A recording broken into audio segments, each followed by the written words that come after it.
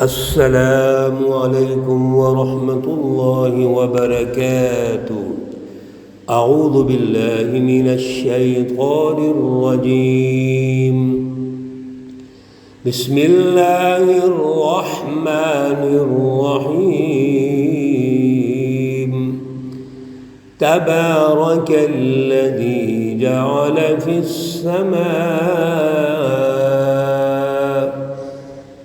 السماء بروجا وجعل فيها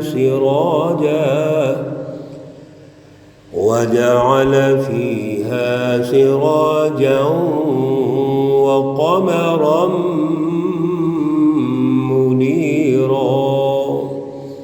صدق اللہ العلی العظیم۔ اللہم صل علی سیدنا ومولانا محمد النبی الأمی وعلى آلہ واصحابہ وبارک وسلم وصلی علیہ۔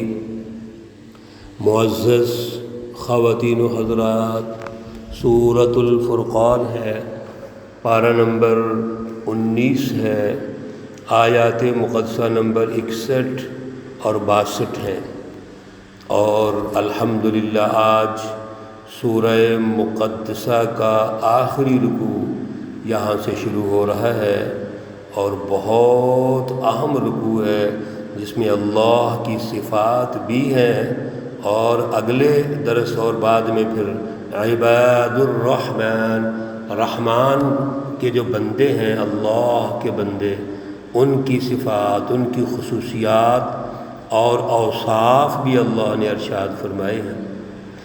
پچھلے درس میں اللہ رب العزت نے حضور نبی اکرم صلی اللہ علیہ وسلم اور سچی جماعت حزب اللہ صحابہ کرام کو یہ ارشاد فرمایا کہ آپ اپنا کام کریں، دعوت دیں، رہنمائی دیں، اللہ رب العزت کی رٹ قائم کروائیں، لوگوں کو اللہ رب العزت کے بارے میں شعور دیں، خدا شناسی پیدا کریں، اور پھر اللہ سے اجر لینا ہے آپ نے، اس عوام سے کوئی اجر نہیں ہے۔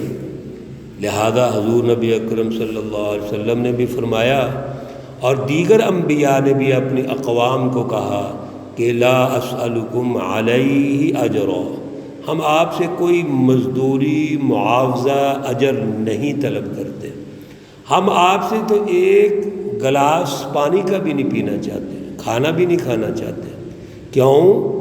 ہمارا تو ایک مشن ہے کہ اللہ کی رٹ قائم ہو، اللہ کی پہچان پیدا ہو، خدا شناسی پیدا ہو۔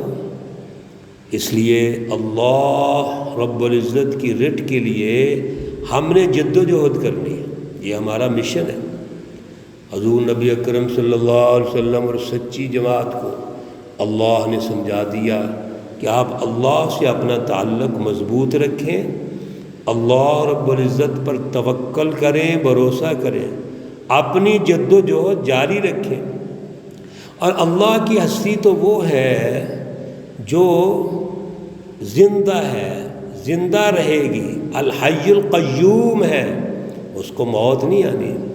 اسی کی تسبیح پڑھو، اسی کی تقدیس بیان کرو، اور پھر ان کفار اور مشرکین کو عقل اور سمجھ ہی نہیں رہی ہے کہ اس آسمان اور زمین کی جو تخلیق ہے اور جو کچھ اس کے درمیان میں ہے، یہ کس نے پیدا کی؟ کس نے؟ اللہ رب العزت جو ہے عظیم الشان ہے، جس نے پیدا کیا، اس کی پہچان ان کو نہیں ہے، وہ الرحمن ہے۔ اور الرحمن کا لفظ سن کے یہ چڑ کھاتے ہیں اور نفرت کرتے ہیں۔ جب ان سے کہا جاتا ہے اس رحمان کے سامنے جھک جاؤ جس نے آسمان پیدا کیا، جس نے زمین پیدا کی، جس نے اس کے درمیان جو کچھ ہے وہ پیدا کیا ہے، تو آگے سے مذاق اڑاتے ہیں۔ اللہ رب العزت آج کی آیات مقدسہ میں پھر اپنی قدرتیں بیان فرماتے ہیں، کائنات کی تخلیق، اور کائنات کے اندر جو کچھ ہے اس کو اللہ رب العزت ارشاد فرما کر ہمیں رہنمائی یہ دینا چاہتے ہیں کہ غور و فکر کرو، تبارک الذی جعل فی السماء، بڑی برکت والی ہے وہ ذات اقدس جس نے پیدا کیا آسمان میں۔ جب یہ آیت سورہ مبارکہ شروع ہوئی تھی تو وہاں پر الفاظ آئے تھے تبارک الذی نزل الفرقان، بڑی برکت والی ہے وہ ذات اقدس جس نے فرقان نازل کیا، حق اور باطل میں فرق کرنے والی رہنمائی نازل کی، یہ کتاب مقدس قرآن مجید نازل کی۔ آج آخری جو رکوع ہم شروع کر رہے ہیں وہ بھی تبارک الذی سے شروع ہو رہا ہے۔ بڑی برکت والی ہے وہ ذات اقدس جس نے پیدا کیا آسمان میں بروجن، بڑے بڑے برج پیدا کیے جہاں فرشتوں کی ڈیوٹیاں ہیں، فرشتوں کے پہرے ہیں اور فرشتے اپنی ذمہ داریاں پوری کر رہے ہیں۔ وَجَعَلَ فِيهَا سِرَاجًا، اور اللہ رب العزت نے اس میں چراغ پیدا کیا، وَقَمَرًا مُنِيرًا، اور چاند پیدا کیا جو روشنی دینے والا ہے، اجالا کرنے والا ہے۔ اللہ رب العزت نے کس طرح سورج پیدا کیا، چاند پیدا کیے اور روشنیاں پیدا کی۔ پچھلے رکوع میں سورج اور چاند کی جو نتائج ہیں، جو ان کی تاثیرات ہیں معاشرتی ترقی کے لیے اور پھر زمین اور معاشی مینجمنٹ کے لیے، وہ ہم نے گزارش کی تھی کہ اللہ رب العزت نے اس چاند کے ذریعے سے، سورج کے ذریعے سے کس طرح تاثیر رکھی، اور پھر ایک لفظ اللہ رب العزت نے یہ جو ارشاد فرمایا أَلَمْ تَرَ إِلَىٰ رَبِّكَ كَيْفَ مَدَّ الظِّلَّ وَلَوْ شَاءَ لَجَعَلَهُ سَاكِنًا ثُمَّ جَعَلْنَا الشَّمْسَ عَلَيْهِ دَلِيلًا۔ یہ جو سورج نکلتا ہے، سائے پھیلتے ہیں، گرمی اور شدت آتی ہے، یہ سب کچھ ایک رہنمائی ہے، سائنس ہے۔ اگر یہ سایہ ایک جگہ ٹھہر جاتا، یعنی روشنی نہ ہوتی، گرمی نہ ہوتی اور پھر صرف سایہ ہی سایہ ہوتا تو مخلوق تو تباہ ہو جاتی، اس کی زندگی میں حرارت کہاں سے آنی تھی۔ تو اللہ رب العزت نے بڑے باکمال رہنمائی دی، سورج، چاند، آسمان اور آسمانوں کی جتنی بھی ترتیب و تشکیل ہے اس کا تعلق معاشرتی مینجمنٹ سے ہے۔ وَهُوَ الَّذِي جَعَلَ اللَّيْلَ، اللہ رب العزت کی ذات اقدس وہ ہے جس نے رات پیدا کی، وَالنَّهَارَ، اور دن پیدا کیا، خِلْفَةً لِمَنْ أَرَادَ أَنْ يَذَّكَّرَ، یہ دن اور رات جو عدلتے بدلتے ہیں، رات آئی دن ختم، سورج غروب ہو گیا رات آ گئی، سورج طلوع ہوا دن آ گیا، یہ ایک دوسرے کے پیچھے لگے ہوئے ہیں۔ اس میں کیا مسئلہ ہے، کتنی حکمت ہے، کتنی سائنس ہے۔ اللہ رب العزت نے ہمیں جو تجربہ ہے، جس دور سے ہم بھی گزر رہے ہیں، اس پہ جب غور و فکر کرتے ہیں تو یہ ایک بہت بڑی سائنس۔ سورج غروب ہو گیا، رات آ گئی، اور رات آرام کے لیے ہے۔ اللہ نے رات کے امور طے کر دیے، نماز عشاء کا ایک وقت رکھ لیا، پھر آرام کا وقت رکھ دیا، پھر نماز فجر آ گئی، اور پھر جب دن طلوع ہو گیا، فجر کی نماز پڑھ لی، دن طلوع ہو گیا۔ اب اللہ رب العزت نے روشنیاں پیدا کر دی، ان روشنیوں میں ہم اپنا کاروبار زندگی کرتے ہیں، سفر کرتے ہیں، تجارت کرتے ہیں، صنعت ہے، زراعت ہے، جتنا سائنسی سسٹم ہے، اس کی ترتیب و تشکیل ہے، وہ ہم دن کی روشنی میں کرتے ہیں۔ لمن اراد، یہ کس شخص کے لیے ہے جو کوشش کرتا ہے، ارادہ کرتا ہے، ان یذکر، کہ اس پہ توجہ کرے، غور و فکر کرے، او اراد شکورا، یا جو چاہتا ہے اللہ کا شکر ادا کرے۔ میرے عزیزوں، دوستوں، ساتھیوں، بہنوں، انسانوں میں دو قسم کے لوگ ہیں۔ ایک وہ لوگ ہیں جو اللہ کا شکر بھی ادا کرتے ہیں، غور و فکر بھی کرتے ہیں، جن کو سائنسدان کہتے ہیں، اولیاء اللہ کہتے ہیں، اللہ کے بندے کہتے ہیں، جو اللہ کے بندے ہیں، اللہ کی رضا چاہتے ہیں، یہ اعلیٰ قسم کے لوگ ہوتے ہیں۔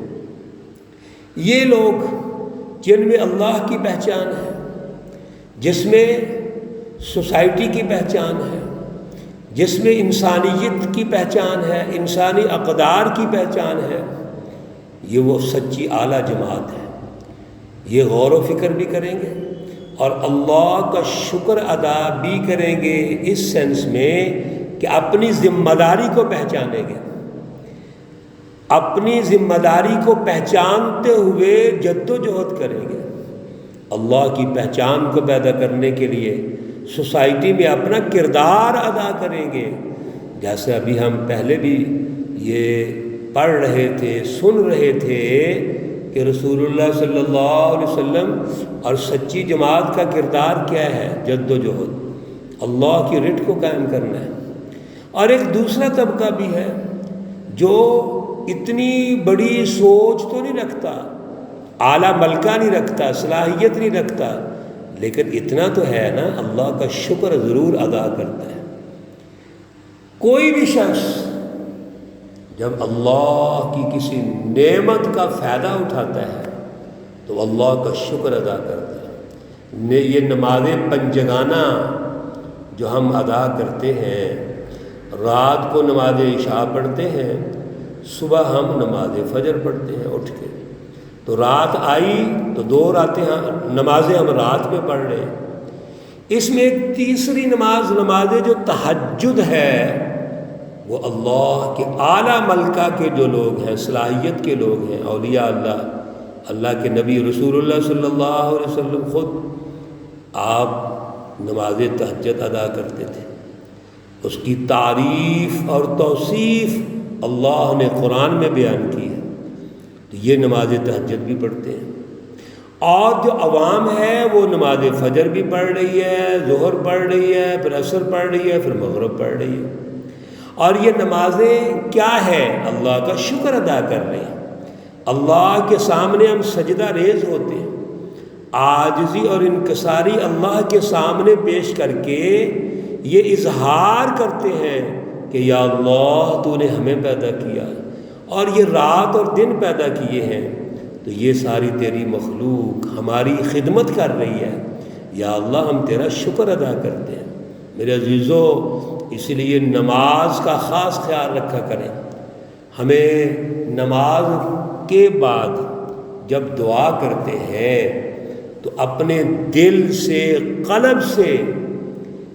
قلب کو اللہ کے سامنے جھکا کر یہ اظہار کرنا ہے کہ یا اللہ یہ تیری نعمتیں ہیں، تیرا شکر ادا کرتے ہیں، تو نے ہمیں ان نعمتوں کو استعمال کرنے کی طاقت دی، تو نے ہمیں ان نعمتوں کو ہمارے لیے تسخیر کر دیا، ہم تو کچھ بھی نہیں ہیں، ہماری کیا اوقات ہے، ہمیں بھی تو نے پیدا کیا، نعمتیں بھی تو نے پیدا کی، تسخیر بھی تو نے کیا ہمارے لیے، اور رات اور دن کی یہ تبدیلی ہم کیا کچھ کر سکتے ہیں؟ ہم تو 1 سیکنڈ کو آگے پیچھے نہیں کر سکتے، تو اللہ تیرا شکر ہے۔ او ارادہ شکورا، یہ ساری نعمتیں ان لوگوں کے لیے ہیں جو اللہ کا شکر ادا کرنا چاہتے ہیں۔ اللہ رب العزت ہمیں بھی قولی، قلبی اور عملی شکر کی توفیق عطا فرمائے۔ اللہ رب العزت تمام مرحومین و مرحومات کو جنت الفردوس میں اعلیٰ مقام عطا فرمائے۔ اللہ رب العزت تمام بیماروں کو شفائے کاملہ عاجلہ مستمرہ عطا فرمائے۔ ربنا تقبل منا انك انت السميع العليم وتب علينا انك انت التواب الرحيم، وصلى الله تعالى على النبي الأمي محمد وعلى آله وأصحابه أجمعين،